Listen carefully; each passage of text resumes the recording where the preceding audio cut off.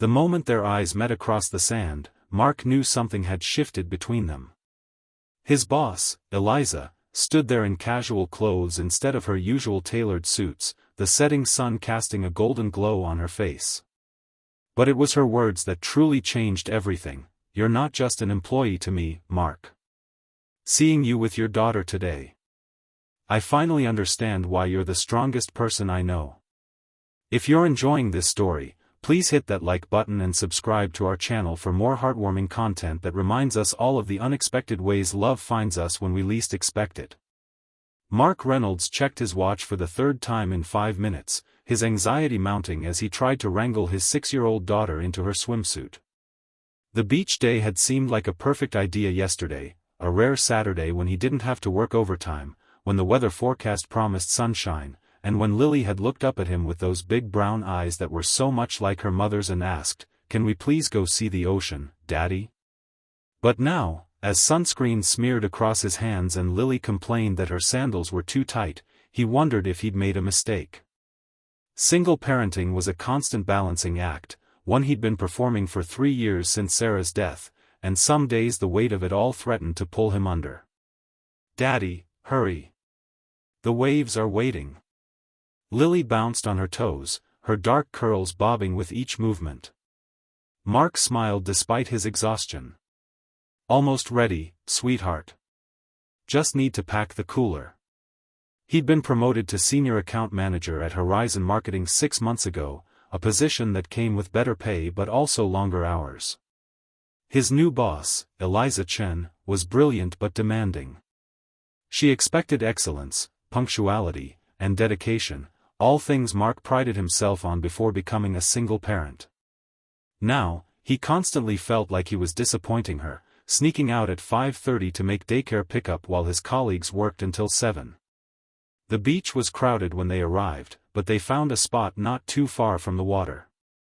Mark set up their umbrella, spread out their towels, and watched as Lily ran toward the gentle waves, stopping just short of where they lapped against the shore. "Not too far, Lily," he called, his eyes never leaving her small figure.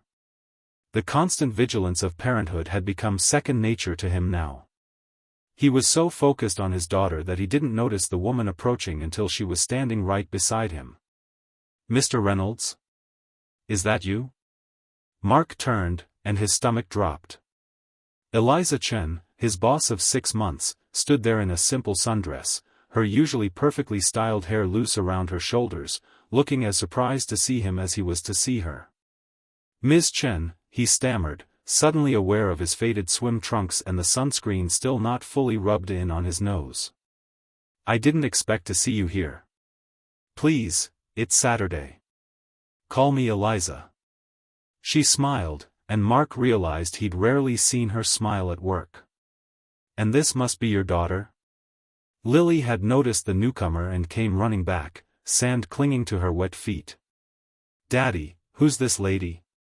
"This is Ms. Chen. She's Daddy's boss at work," Mark explained, trying to smooth down Lily's wild hair. "You're the one who makes my daddy stay late?" Lily asked with the blunt honesty only children possess. Mark felt his face grow hot. "Lily, that's not." But Eliza laughed, a genuine sound that surprised him. "Sometimes, yes. I'm sorry about that." She knelt down to Lily's level. "Your dad is very important at our company. We couldn't do without him." Lily considered this, then nodded solemnly. "He's important at home too." Something flickered across Eliza's face, understanding, perhaps, or something deeper. "I'm sure he is." An awkward silence fell between the adults as Lily ran back to the water's edge. "I didn't know you lived nearby," Mark finally said. "I don't, usually. I have a small beach house about a mile up the coast. I come here when I need to escape the office." She hesitated. "Would you and Lily like to join me for lunch? I was about to grab something from the cafe over there." Mark was surprised by the invitation but found himself nodding. "That would be nice, thank you." Over sandwiches and lemonade, Mark watched as Eliza chatted easily with Lily, asking about her favorite subjects in school and listening intently to her elaborate stories about her stuffed animal collection. It was a side of his boss he'd never seen before, warm, patient, genuinely interested. "So it's just the two of you?" Eliza asked quietly when Lily was distracted by a seagull. Mark nodded. "My wife, Sarah, passed away 3 years ago. Cancer." Eliza's eyes softened. "I'm sorry. That must be incredibly difficult." "It is," Mark admitted. "Especially balancing everything with work. I know I've had to leave early more times than you'd probably like." "Stop," Eliza said gently. "Mark, your work is exceptional. Yes, I've noticed you leave at 5:30 on the dot, but I've also noticed you're the first one in every morning, and you never take a lunch break." Mark blinked, surprised she'd paid such close attention. "I admire how you manage it all," she continued. "I can barely keep my plants alive, and you're raising a wonderful little girl while excelling at a demanding job." The compliment warmed him in a way he hadn't expected.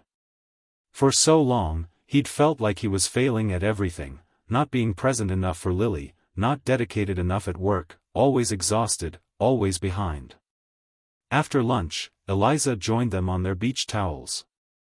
To Mark's surprise, she helped Lily build an elaborate sandcastle, showing unexpected skill at constructing turrets and moats.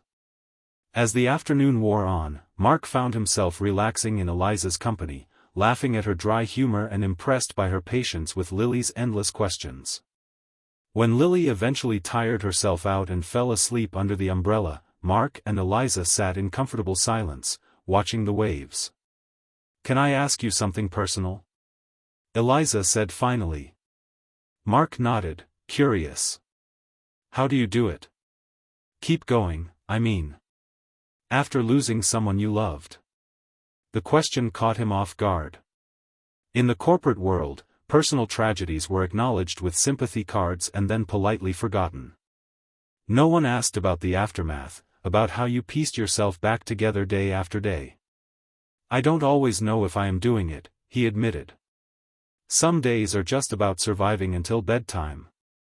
But Lily needs me, so I get up every morning and try again." Eliza was quiet for a moment. "My marriage ended last year," she said finally. "Not the same as what you've been through, of course, but it's why I took the position at Horizon. Fresh start, new city. Is that why you work such long hours?" Mark asked, pieces falling into place. She smiled ruefully. "Probably. The office is less lonely than an empty house." As the sun began to set, casting long shadows across the sand, Lily woke up and immediately wanted to go back to the water. Mark stood to take her, but Eliza offered instead. "May I?" "I promise to watch her carefully." Mark hesitated only briefly before nodding. He watched as his boss, this woman he'd thought he knew, held his daughter's hand at the water's edge, pointing out shells and helping her jump over small waves. There was a gentleness to her he'd never seen in the office, a lightness that transformed her. When they returned, Lily was chattering excitedly about a starfish they'd spotted, and Eliza was smiling in a way that reached her eyes. "We should probably head home," Mark said reluctantly as the beach began to empty. "It's getting close to dinner time." "Of course." Was there disappointment in Eliza's voice? "It was lovely spending the day with you both." As they packed up their things, Lily tugged on Eliza's dress. "Can you come have dinner with us? Daddy makes really good spaghetti." Mark started to apologize for his daughter's forwardness, but Eliza looked at him with a question in her eyes. "We'd love to have you, if you don't have other plans," he found himself saying. "I'd like that very much," she replied. Mark's small beachside apartment wasn't impressive, but it was clean and comfortable. As promised, he made spaghetti while Eliza helped Lily sort through the shells they'd collected. The domesticity of the scene struck him, how natural it felt to have her there, how easily she fit into their small world. After dinner, when Lily had been tucked into bed with a story, Mark and Eliza sat on his tiny balcony with glasses of wine. Thank you for today, Eliza said. And for dinner. It's been a long time since I've spent a day like this. Like what? Just, normal. Happy. She looked out at the darkened beach. I've been so focused on proving myself, on building my career, that I forgot what it's like to just enjoy a simple day. Mark understood. After Sarah died, he'd thrown himself into work too, until Lily's kindergarten teacher had gently suggested that what his daughter needed most wasn't more money or achievements but more of him, present, engaged, living. You know, Eliza said, turning to face him, I've been thinking about restructuring some of the senior positions. Mark tensed, wondering if this was leading to bad news. I'd like to create more flexibility for parents on our team. Remote work options, adjusted hours. She paused. Seeing you with Lily today. You're not just an employee to me, Mark. I finally understand why you're the strongest person I know. The words hit him with unexpected force. For years, he'd felt weak, broken by grief, overwhelmed by responsibility, always one mishap away from falling apart. To be seen as strong, especially by someone like Eliza, whose composure and confidence he'd admired from afar, left him speechless. I'm not strong, he finally managed. I'm just doing what I have to do. That's exactly what makes you strong, she said softly. And I think I've been missing that perspective at Horizon. We talk about work-life balance, but we don't really honor it. Their conversation shifted to ideas for the company, ways to support employees with families, how to maintain productivity while acknowledging that people had lives outside the office. Mark found himself opening up about his struggles and suggestions, and Eliza listened with genuine interest, occasionally jotting notes on her phone. It was nearly midnight when she finally stood to leave. At the door, she hesitated. Would it be completely inappropriate if I asked to see you again? Outside of work, I mean. Mark felt a flutter of something he hadn't experienced in years. I'd like that, he said. Lily would too. Eliza smiled, and in the soft light of his apartment hallway, she looked nothing like the intimidating boss he'd known for 6 months. She looked like a woman who had spent a perfect day at the beach with him and his daughter, who had seen his messy, complicated life and wanted to be part of it anyway. Good night, Mark, she said, and then, surprising them both, she leaned forward and kissed his cheek. After she left, Mark stood at the window, watching as she walked to her car. His life had been a series of routines since Sarah died: work, daycare pickup, dinner, bedtime stories, repeat. He'd accepted that this was his new normal, that romantic love was part of his past. But as he touched the spot on his cheek where Eliza's lips had been, he felt something he'd thought was gone forever: possibility. The following Monday at the office was strange. Mark wasn't sure how to act around Eliza now that he'd seen her build sandcastles and eat ice cream with his daughter. But when he arrived at his desk, there was a small package waiting for him, a framed photo of Lily at the beach, laughing as a wave chased her up the sand. The note attached simply read, "Thank you for sharing your Saturday with me. Lunch today? E." Over the next few weeks, their relationship evolved cautiously. Professional at work, with only the occasional lingering glance or private smile, but increasingly personal outside the office. Eliza joined them for movie nights and Sunday picnics. She helped Lily with her science project and brought soup when Mark caught a summer cold. Mark found himself looking forward to her texts, to the sound of her laugh, to the way she listened when he talked about Sarah, not with pity but with genuine interest in the woman he had loved. "Do you think Mommy would be mad that I like Eliza?" Lily asked one night as Mark tucked her in. The question caught him off guard. "Why would you think that, sweetheart?" Lily shrugged, her small face serious. "Because Eliza holds your hand sometimes, like Mommy used to." Mark sat on the edge of her bed, choosing his words carefully. "Your Mommy loved you more than anything in the world. She would want us both to be happy." "Eliza makes you happy," Lily observed. "You smile more now." Out of the mouths of babes, Mark thought. Yes, she does make me happy. And she cares about you too. Lily nodded, satisfied. I know. She never talks to me like I'm a baby. And she remembers all my favorite things. It was true. Eliza had an uncanny ability to remember details about Lily, her favorite color, purple, but only dark purple, her hatred of raisins, her collection of rocks that had to be arranged in a specific order.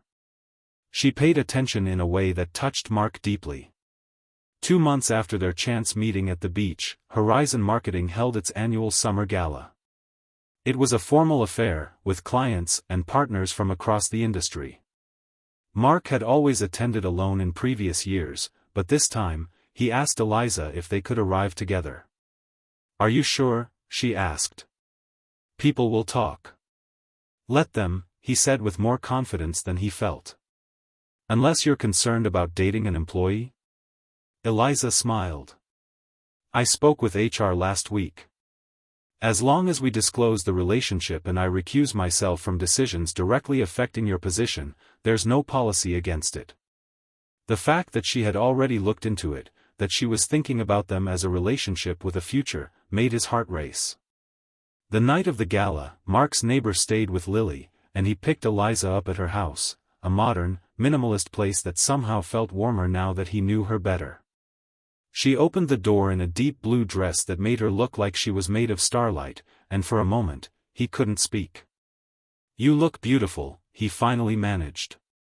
So do you, she said, straightening his tie with familiar ease. At the gala, they didn't hide. They didn't make a grand announcement either, but they arrived together, danced together, stood close enough that anyone watching would know. Mark saw the curious glances, heard the whispers, but found he didn't care.